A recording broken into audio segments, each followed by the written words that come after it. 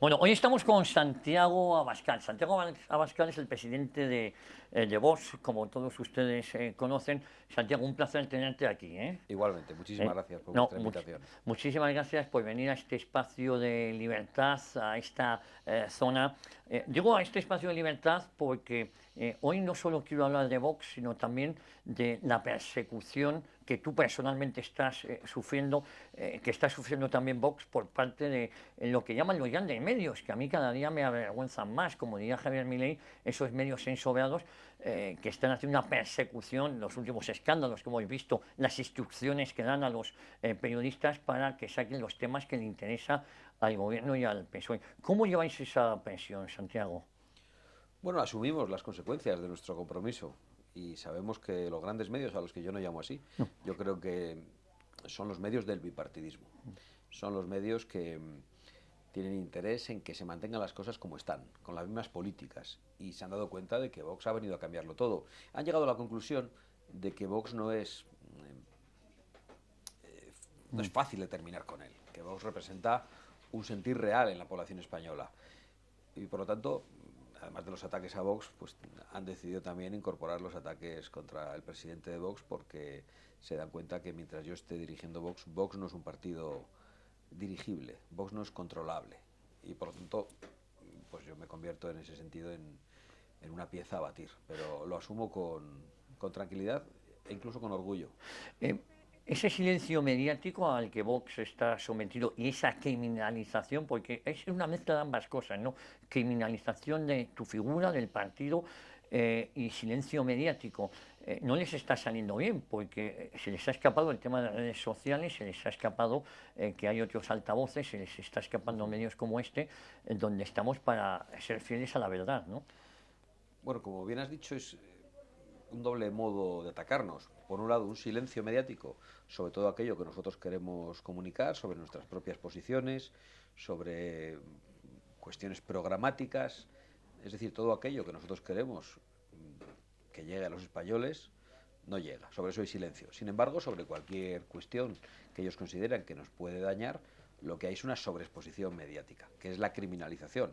Y lo peor de todo es que a la criminalización contribuyen ambos partidos políticos y los medios del bipartidismo que obedecen a cada uno de ellos.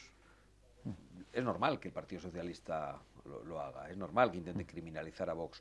Lo sorprendente es que los medios que responden a los intereses del Partido Popular también contribuyan a criminalizar a Vox. Es sorprendente porque criminalizan al único partido con el que pueden pactar, pero es que además lo hacen aumentando las mentiras sobre nosotros. Y eso no solo criminaliza a tu único socio posible, sino que moviliza a la izquierda.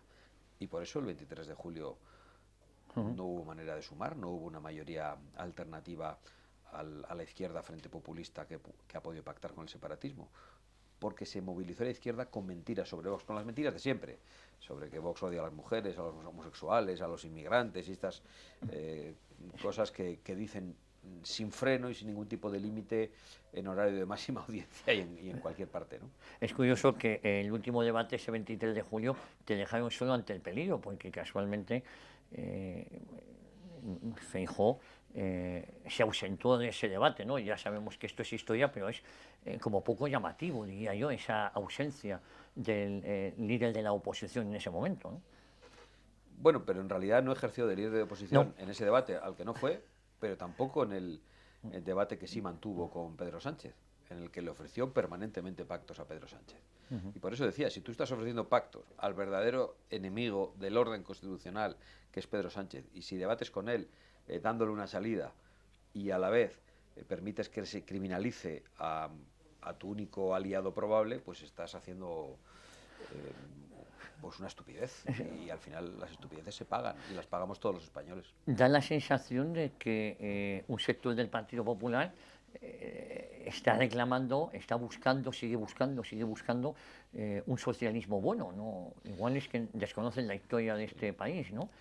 Bueno, ese sector es la dirigencia del Sí, Partido sí, Popular claro. y el otro sector son los votantes del Partido Popular, que son buena gente, gente normal, que piensa como todos nosotros y que sorprendentemente están cautivos por una dirigencia política que no tiene sus mismas convicciones y que a la mínima de cambio se echan brazos del Partido Socialista para negociarlo todo. Lo hemos vuelto a ver con la ronda de consultas de Pedro Sánchez, invitando a todos los partidos, excepto a Vox, él se adelanta, porque Vox no va. O sea, Vox no va, aunque Sánchez le convoque.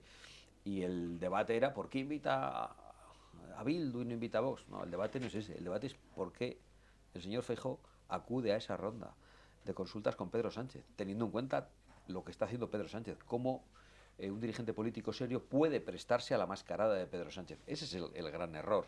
Yo creo que hasta que no seamos conscientes todos, y nosotros lo somos, de que hay que hacer una oposición total y sin ningún tipo de matices a Pedro Sánchez, pues será muy difícil expulsarle del poder. Santiago, yo tenía estructurada esta entrevista en 4 bloques. El primero de ellos hace referencia a esa inmigración ilegal y a la islamización de España. Estamos asistiendo verdaderamente, tú lo has comentado en distintas entrevistas, que uno de los mayores peligros que corre ahora Europa, que corre España, es precisamente esa invasión. Y luego hablaremos de los que van de europeístas, porque son los que se están cargando Europa. En cambio, los que son criticados como euroescépticos son los que defienden Europa. Es curioso, ¿no? Los euroescépticos, para que nos entendamos, son aquellos que quieren que los productos del campo europeo tengan prevalencia sobre los productos del campo marroquí, del campo sudafricano. Son aquellos que desean reindustrializar Europa y no llevarse la industria, deslocalizarla y llevársela a China. Es todo curioso, pero uno de los mayores peligros que corremos ahora mismo es la islamización y, por otro lado, la inmigración ilegal, ¿no? Bueno, yo creo que el proceso de islamización comenzó hace mucho tiempo y aún no es mayoritario, pero es un hecho que se convertirá en mayoritario si no hacemos nada. Yo recordé el Parlamento el otro día una entrevista mía de hace 20 años, hace más de 20 años, preguntado por los principales problemas de España, y yo señalaba la inmigración procedente de países islámicos. En aquel momento, donde parece que el problema no era tan grave. Yo ya lo estaba percibiendo en aquel momento en Vitoria. Había vivido sucesos preocupantes asociados a ese tipo de inmigración y a día de hoy pues yo creo que la situación es mucho más grave. Acabo de ver cómo el fin del Ramadán en Bilbao pues ha sido desbordante en un escenario multitudinario. Pues eso es lo que ha llevado allí el separatismo. Pero bueno, es lo que ha llevado el separatismo al País Vasco, lo que ha llevado el separatismo a Cataluña y por otro lado lo que ha llevado las políticas bipartidistas de Bruselas a toda España en distintos grados en función del lugar, pero hay zonas de España donde el proceso de islamización avanza sin ningún tipo de freno. Hemos visto los sucesos de Salt de hace 2 semanas en los que un imán islamista es desalojado de la casa ocupada y unos sujetos que son pues supongo que los supporters del imán Los fieles incendian la ciudad y allí están los imbéciles del ayuntamiento diciendo que le van a dar una casa al imán. Menos mal que una funcionaria honrada dice, bueno, ¿pero esto qué es? Y aquí hay unos procedimientos para dar una casa, una vivienda social, y lo paró una funcionaria. Pero si no, los políticos, en este caso los aliados de Pedro Sánchez, porque creo que ahí gobierna Esquerra Republicana con Junts, estaban dispuestos a darle una casa al imán que había dado órdenes de quemar el pueblo. Lo que había que hacer es agarrarlo, meterlo en un avión o en un sitio más incómodo y mandarlo de vuelta a su país. Bueno, comentabas, estuvo Ignacio Garriga, secretario general de Vox en el municipio de Salt, y recuerdo que un vecino le decía que él llevaba 8 años esperando ser receptor de una vivienda y ahora se le iban a dar al imán. Uno de los vecinos cabales que ve las consecuencias de la islamización y cómo los políticos tratan mejor a los de fuera que a los de dentro.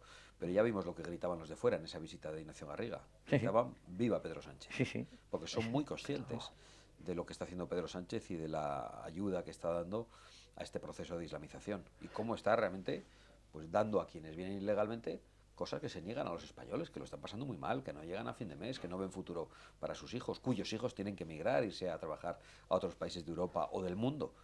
Y todo eso que falta a nuestros propios hijos, a nuestros compatriotas, se lo vamos a dar a los que vienen de fuera ilegalmente. Pues realmente esto parece diseñado por locos por enemigos o por traidores.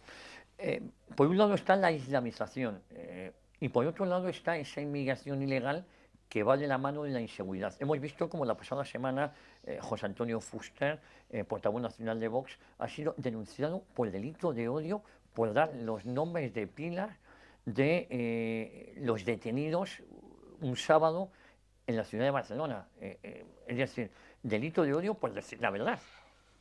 Sí, sí, sí, por dar Nombres de pila. los nombres de pila de los primeros detenidos durante las primeras horas, que eran todos de origen árabe, del norte de África muy probablemente.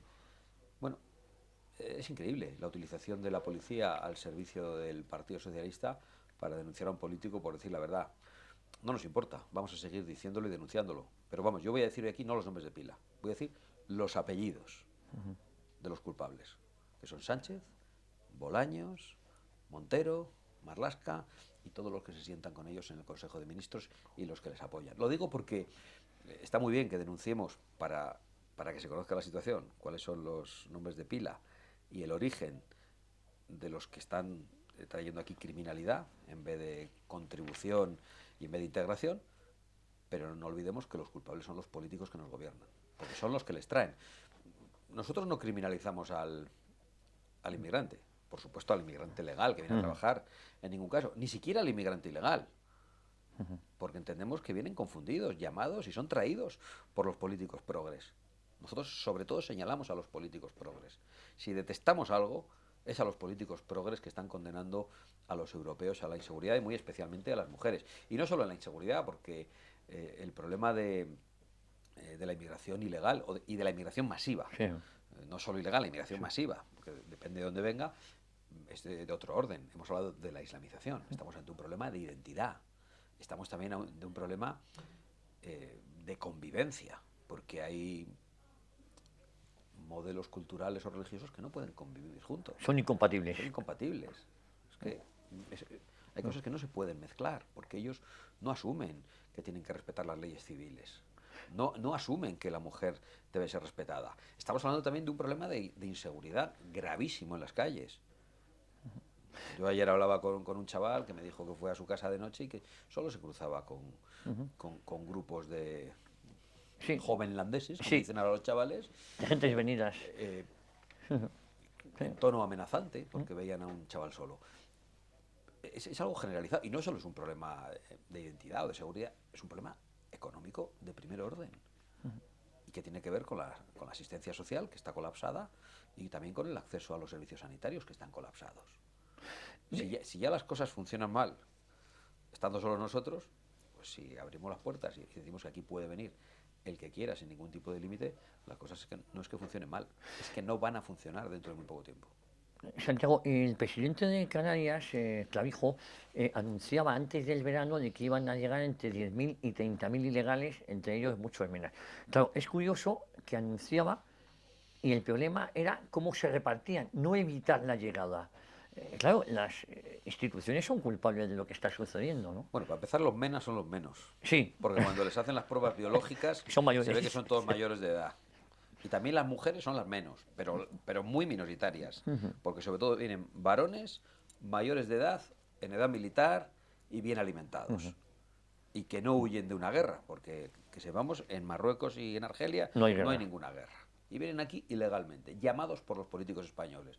Y entonces los políticos españoles lo plantean desde un punto de vista del reparto, desde un punto de vista económico. Incluso el Partido Popular, porque el Partido Popular cuando aborda la cuestión del reparto de inmigrantes ilegales o de menas, lo que dice es que les faltan fondos, que quieren recursos, que no pueden aceptar más si no hay más recursos. No es un problema de recursos. Para empezar, porque no queremos gastar más recursos en eso.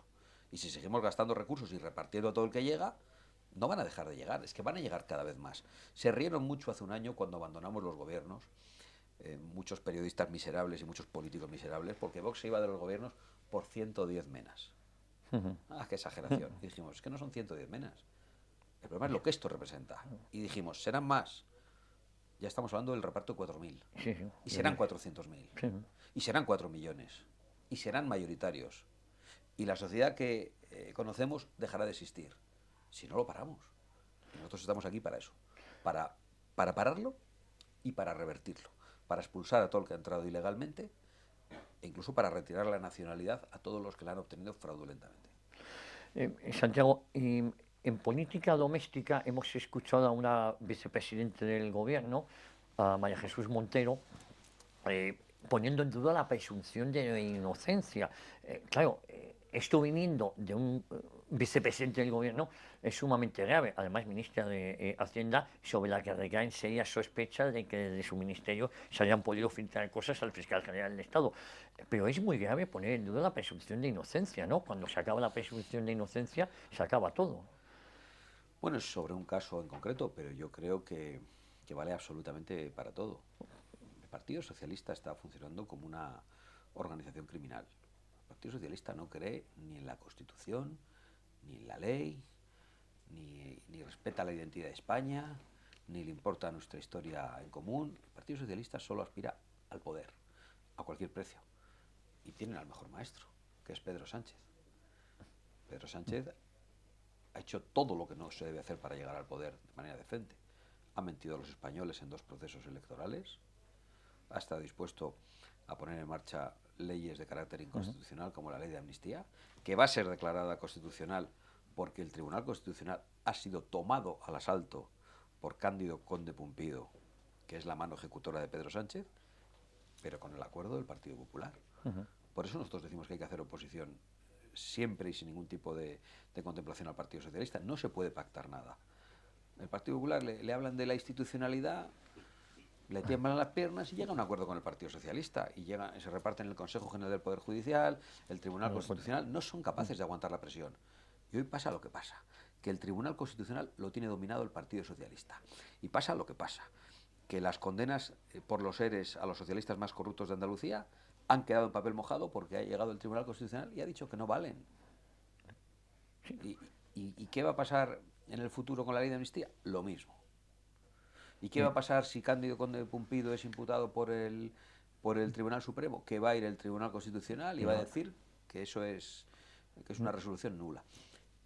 Están dispuestos absolutamente a todo. Entonces, a mí que la señora Montero, que es lo más zafio que se ha sentado nunca en un escaño azul, diga que la presunción de inocencia no importa, que lo que importa es un testimonio. El testimonio de una mujer, pues bueno,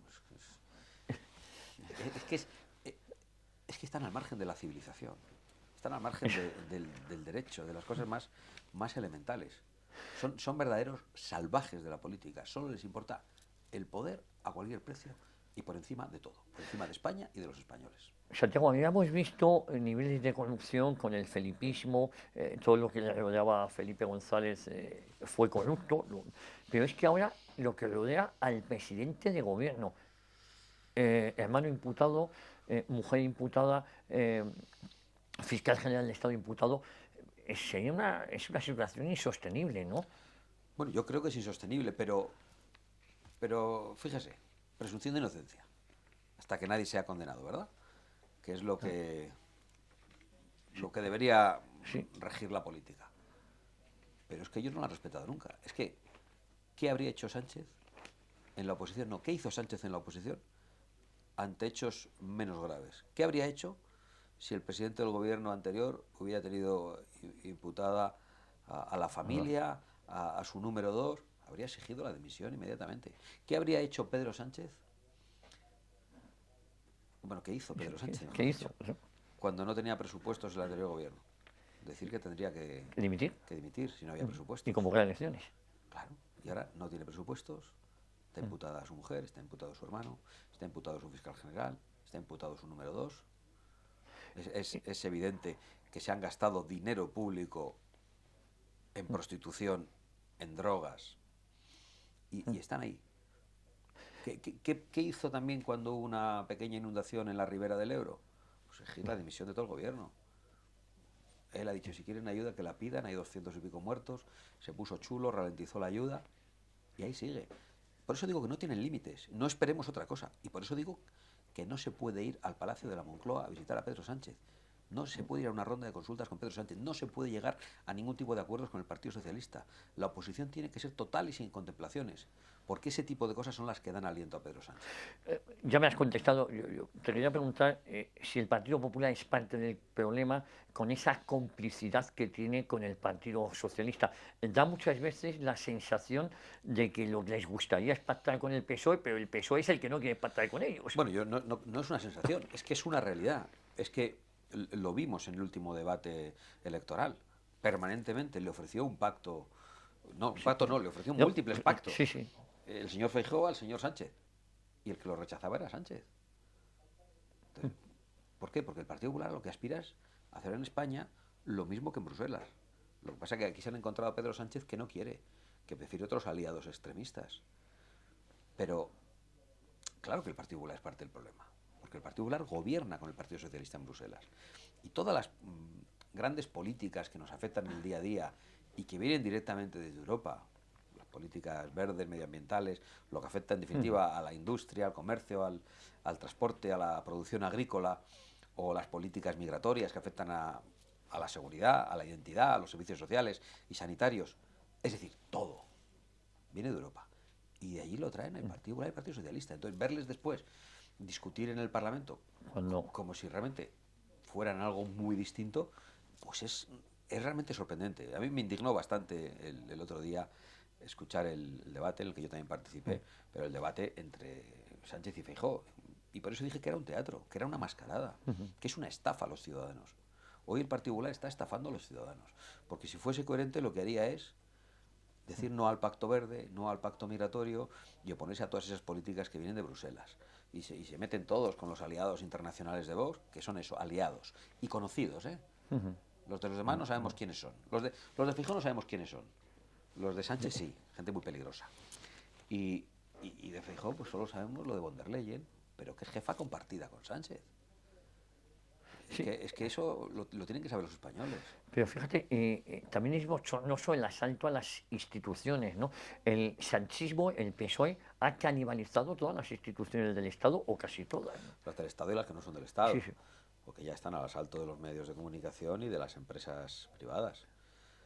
Por eso yo creo que la idea de que no hay límites tenemos que tenerla muy clara y muy asentada.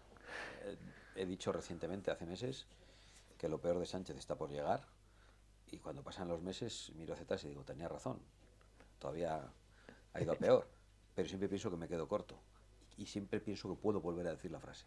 Hoy puedo decir que lo peor de Sánchez está por llegar, que vamos a ver hacer cosas que no imaginamos, que no se han hecho en la Europa democrática, aunque es verdad que en esto van de la mano también de otras cosas que se están haciendo en Europa. Están amenazando con el cierre de redes sociales, comisarios europeos, están suspendiendo elecciones porque no les gusta el ganador, como en Rumanía.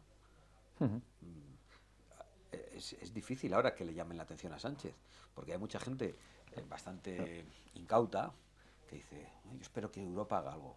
Pues desespera, porque Europa no va a venir a salvarnos de Pedro Sánchez, porque aquí cada uno está a lo suyo. De Pedro Sánchez nos vamos a tener que salvar nosotros, no va a venir a salvarnos nadie.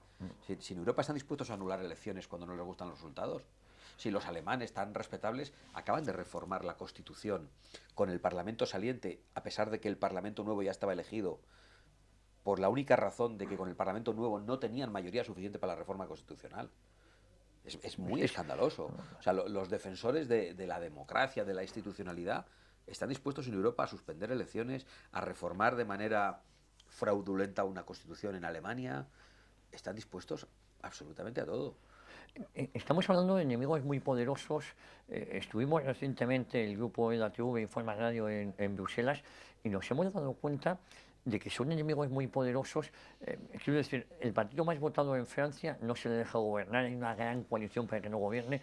En Alemania pactan socialdemócratas y populares, el homólogo allí. Vemos como en Portugal, Chega, ahora hay elecciones anticipadas, también se ponen de acuerdo para no permitir que entren las instituciones. Claro, estamos ante enemigos muy poderosos. En Austria, el partido más votado, tampoco se le permite gobernar. Hurtan la voluntad popular. Comentabas lo de Rumanía. Claro, y no es menos cierto que el patriotismo, Santiago, avanza en Europa, ¿no? Bueno, yo creo que el patriotismo avanza en Europa y va a avanzar más. Y hoy el patriotismo o los grupos soberanistas estamos divididos en tres grupos distintos. Sí. Si fuésemos capaces de unir todo eso, seríamos el principal grupo del Parlamento Europeo. Seríamos la primera fuerza de Europa. Y yo creo que no estamos tan lejos de que eso se pueda producir. Yo, desde luego, voy a dejarme la piel para que eso sea posible algún día, para que la primera fuerza política de Europa en el Parlamento Europeo sean los soberanistas y los patriotas. Y creo que tenemos una responsabilidad de ofrecer esa coalición grande a los europeos. Pero yo creo que has relatado lo que va pasando país a país. Acabamos de verlo en Alemania, ¿no? Donde han ganado los socios de Feijóo, y en cuanto han ganado, lo que han hecho, en vez de pactar con Alternativa por Alemania, han ido a pactar con los terceros, que son los socialistas, y con la extrema izquierda de los verdes, para reformar la Constitución juntos. Y así en todos lados. Está la excepción de Italia, donde realmente Giorgia Meloni gana las elecciones y gobierna con otra fuerza soberanista y con la pequeña representación del Partido Popular en Italia. En Italia. ¿Pero por qué el Partido Popular pacta en Italia? Porque el Partido Popular solo pacta con fuerzas como las nuestras cuando pierden. Cuando están por encima, lo más factible es que pacten con los socialistas. Y por eso yo creo que nuestra obligación es ganar, es ser la primera fuerza de la alternativa patriótica en España. Si queremos que algo cambie, eso parece ser que es el camino. Sánchez no puede salir a la calle, lleva 5 meses sin pisar Valencia. En cambio, cuando te vemos a ti en la calle, eres aclamado, todos se acercan a darte un abrazo, a pedirte una foto. Hay una diferencia. Y también se palpa en la calle que tú eres el líder de la oposición. Me voy a explicar. Da la sensación de que Feijóo está en tierra de nadie, deseando pactar más con los socialistas, y en cambio en la calle lo que se palpa es que eres tú el auténtico líder de la oposición, tanto en la calle como en el Parlamento, por los discursos que comentas, ¿no? por cómo la verdades que comentas desde la tribuna de oradores enfrente a este teatrillo de Feijóo Sánchez. Bueno, yo creo que la verdad del Parlamento, que es esa, que quienes hacemos oposición al gobierno somos nosotros, no es el Partido Popular, y la verdad de la calle, pues ha de plasmarse en votos algún día, y nosotros vamos a trabajar para ellos, ¿no? Y yo agradezco muchísimo el cariño que recibo en la calle. La verdad que es impresionante y muy emocionante ese apoyo constante, pero bueno, a ver si además de abrazos y fotos, hay votos. Nos dan los votos y nos convierten en la primera fuerza. Yo sé por qué es. Yo sé que hay, por supuesto, muchas personas que son partidarias y que nos respaldan, se acercan en la calle a darnos ánimos, pero sé que también vienen otros muchos que no nos votan a hacer lo mismo, porque nos tienen respeto, nos tienen admiración, pero todavía están confundidos con esa estrategia del voto útil. Hay mucha gente que piensa como nosotros y no como el PP, pero que vota al PP porque les han convencido de que lo primero es echar a Sánchez. Y hay que explicarles que ya sabemos lo que hace el PP cuando consigue echar al líder socialista de turno, sentarse en el sitio y hacer lo mismo, como hizo Mariano Rajoy. Cuando consigamos convencer a los españoles de eso, pues seremos muy rápidamente la primera fuerza.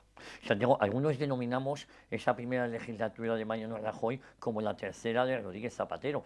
Es más, yo me atrevería a decir, es una opinión muy personal, que hizo más daño que las 2 legislaturas de Zapatero. ¿Por qué? Porque normalizó esas políticas, se las dio por buenas. Y es lo que puede pasar ahora en caso de que... ahora es imposible que pase. No, pues claro, es que no va a haber esas mayorías. Bueno, ahora es posible que pase solo si pactan el Partido Popular y el Partido Socialista.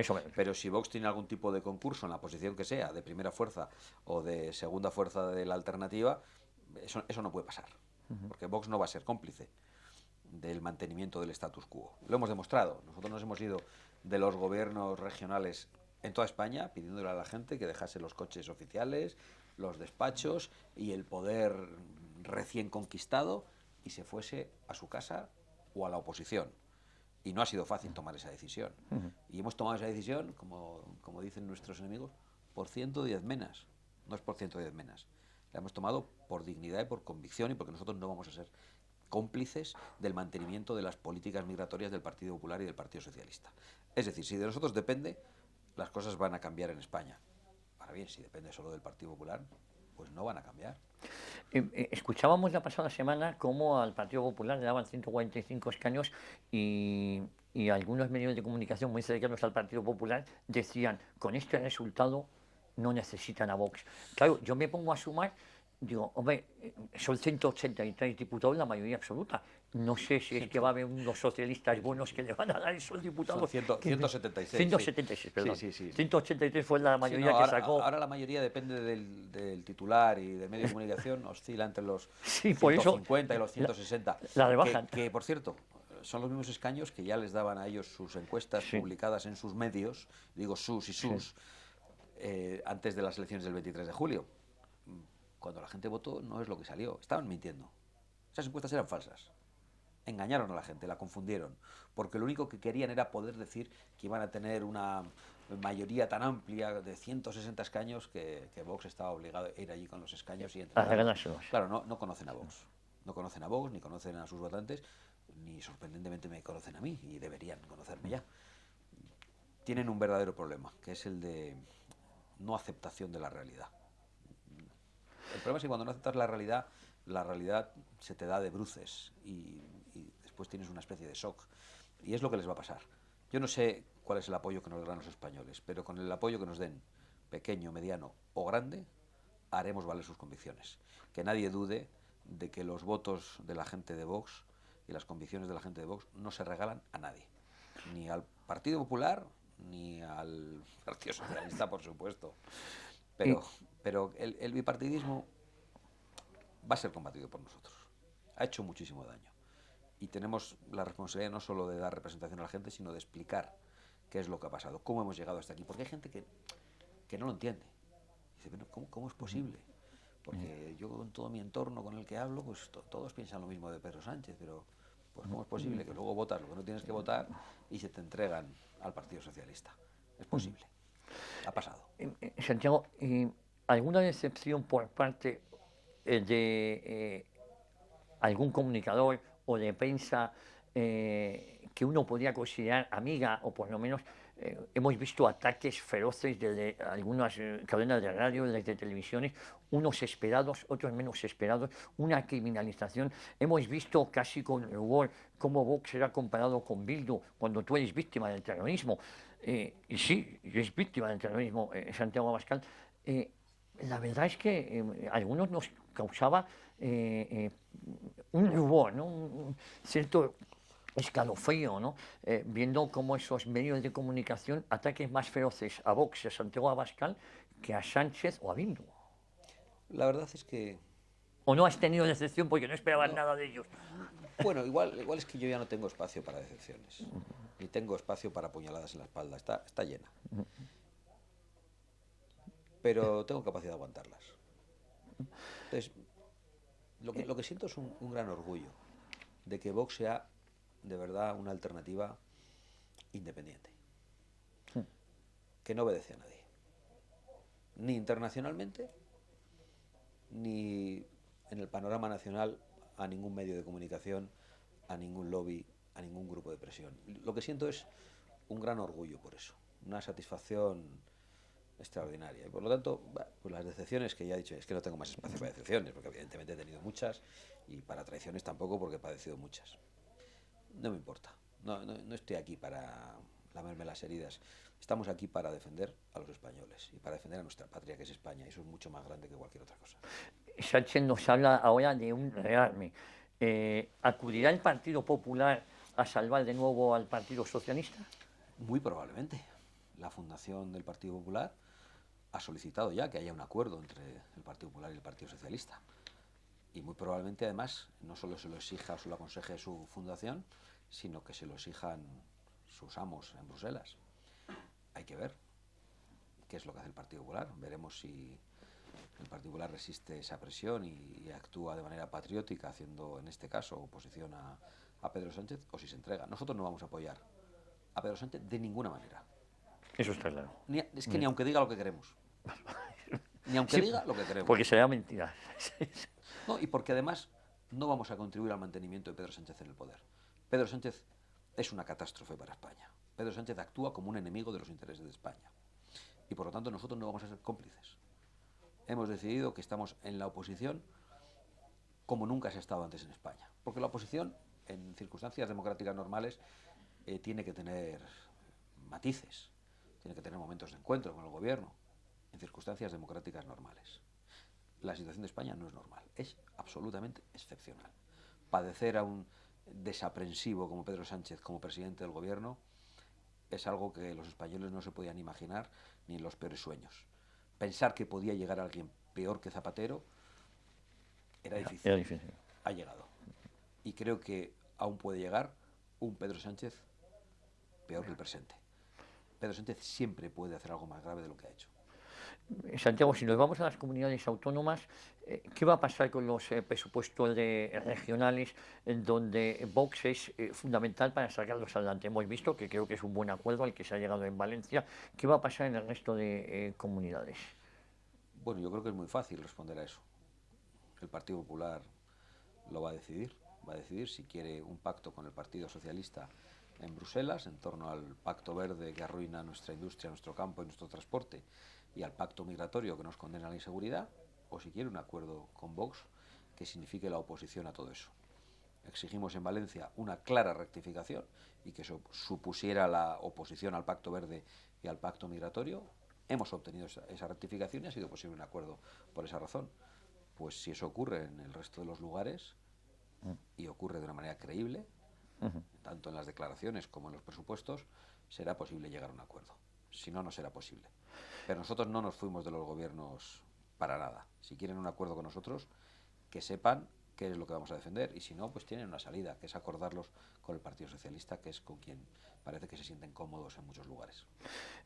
Vox está dando la batalla cultural, aquella que abandonó, o mejor dicho, que nunca dio el Partido Popular. Estamos viendo cómo en determinadas poblaciones se están destruyendo cruces, estamos viendo también lo que está pasando en el Valle de los Caídos.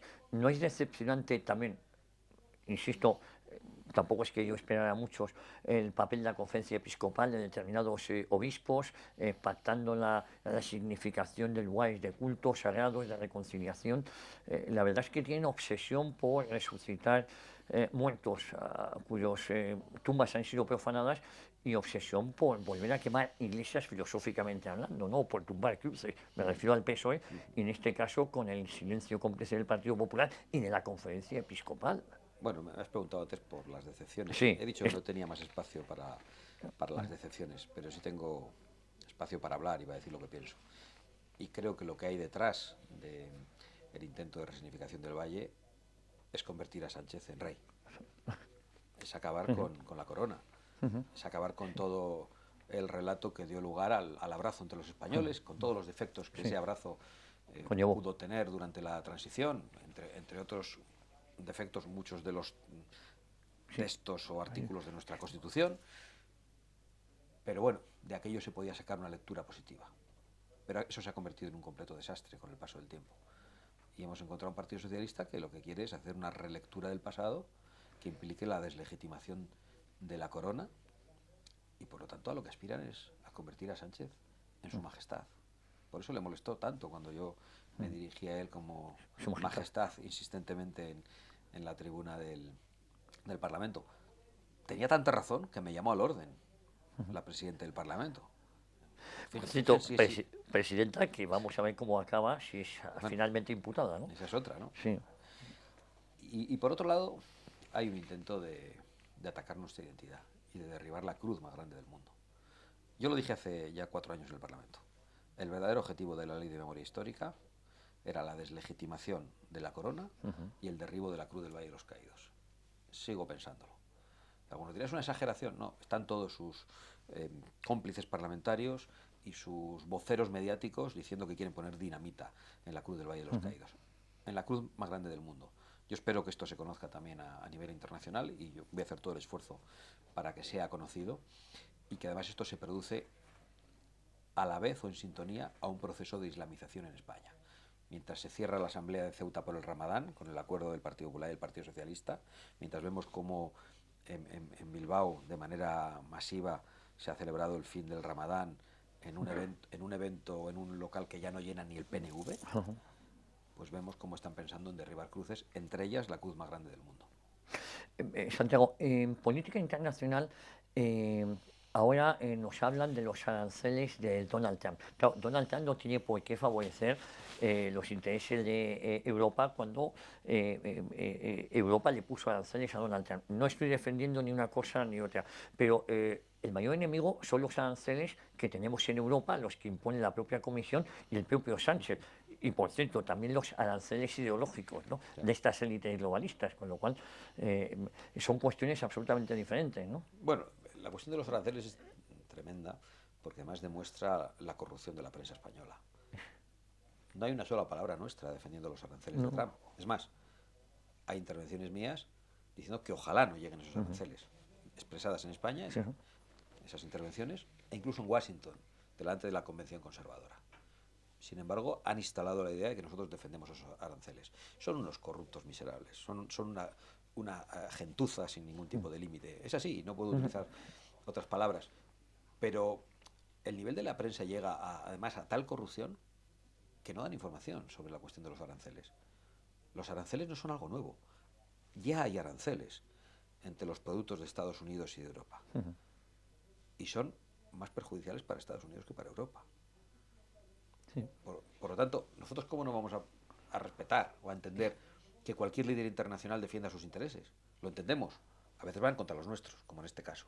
Lo que no entendemos es que nuestros líderes no defiendan los intereses nacionales. Que eso es lo que ocurre aquí. Lo que no entendemos es, como decías, que haya otro tipo de aranceles que son los verdaderamente perjudiciales para nuestra economía, como los del Pacto Verde. Eso sí que es un arancel como una catedral. Ese es el mayor arancel que han vivido las sociedades europeas. Y ahora van a defenderse del proteccionismo de Trump de la mano de China, sí, que ya ha dicho que está dispuesta a luchar junto a la Unión Europea contra el proteccionismo. Es algo verdaderamente delirante. Ahora, el debate aquí en la prensa es que si un tercer mandato de Trump, no sé qué, bueno, eso será discutible, yo no tengo ni idea, ni me importa mucho. ¿Y el mandato de Xi Jinping? ¿Ese no les preocupa? No. ¿Cuándo convoca elecciones? Porque es el aliado que buscan. ¿O que tratan mal a los periodistas en Estados Unidos? ¿Cómo los trata el dictador chino? Porque con el dictador chino y con el Partido Comunista Chino tiene un acuerdo de colaboración y amistad el Partido Popular.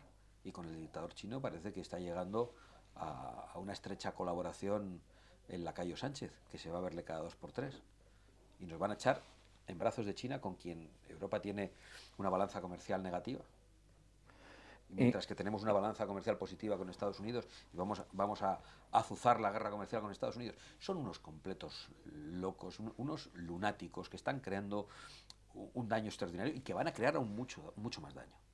Yo no puedo entenderlo, creo que no lo entiende nadie. Lo que pasa es que también creo que una parte de esta información no llega al conjunto de la población. Claro, no llega, por ejemplo, Ángel Víctor Torres, Francisca Armengol, Marlaska, Félix Bolaños,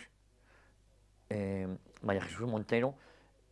Da la sensación, se está investigando si hicieron algunos de estos personajes que acabo de nombrar negocios en tiempo de pandemia, con contratos. Ábalos, se nos olvida que Ábalos, Sánchez le debe todo a Ábalos, era su secretario de organización, su mano derecha antes de llegar al poder y el que presentó la moción de censura contra Mariano Rajoy. No es el pequeño Nicolás que pasaba por ahí, me refiero a Ábalos, Víctor Daldama, al que utilizaban de mediador, empresario que era utilizado para que si un tren en México, en la península del Yucatán, que todo...